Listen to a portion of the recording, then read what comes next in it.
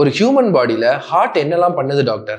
Heart அப்படிங்கிறது நம்ம உடம்புடைய ஒரு மெயின் ஆர்கன். அதாவது ஹார்ட் தான் நம்ம உடம்புல 24 மணி நேரமும் ஓடிக்கிட்டே இருக்கும்.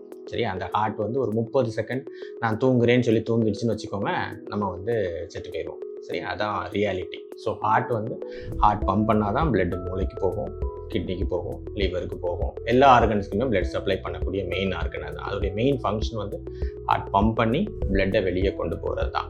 ஸோ அதனால தான் பிளட் ஃப்ளோ எல்லா ஆர்கனுக்குமே போகும். எல்லா ஆர்கனுமே சர்வைவ் ஆகிறது ஹார்ட்னால தான். அது மட்டும் கிடையாது, ஹார்ட்டில் ஒரு எலக்ட்ரிக்கல் கண்டக்ஷன் சிஸ்டம் இருக்குது.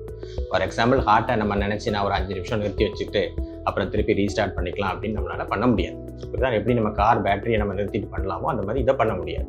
ஹார்ட்டில் ஒரு எலக்ட்ரிக்கல் சிஸ்டம், அதான் கண்டக்ஷன் சிஸ்டம் ஆஃப் ஹார்ட்னு சொல்லுவோம். SA node, AV node, bundle of His அப்படின்னு ஒரு கண்டக்ஷன் சிஸ்டம் உண்டு. அதில் ஒரு ஆட்டோமேட்டிசிட்டி இருக்கும். அதுவாகவே தானாகவே ஒரு சின்ன எலக்ட்ரிக்கல் இம்பல்ஸ் ஜென்ரேட் ஆகிட்டே இருக்கும். அந்த இம்பல்ஸ் கண்டக்ட் ஆகிட்டே இருக்கும், ஹார்ட் கண்ட்ராக்ட் ஆகும். அந்த எலக்ட்ரிக்கல் இம்பல்ஸ் எப்போ கம்மி ஆகுதோ அப்போ நமக்கு பிரச்சனை வர ஆரம்பிக்கும்.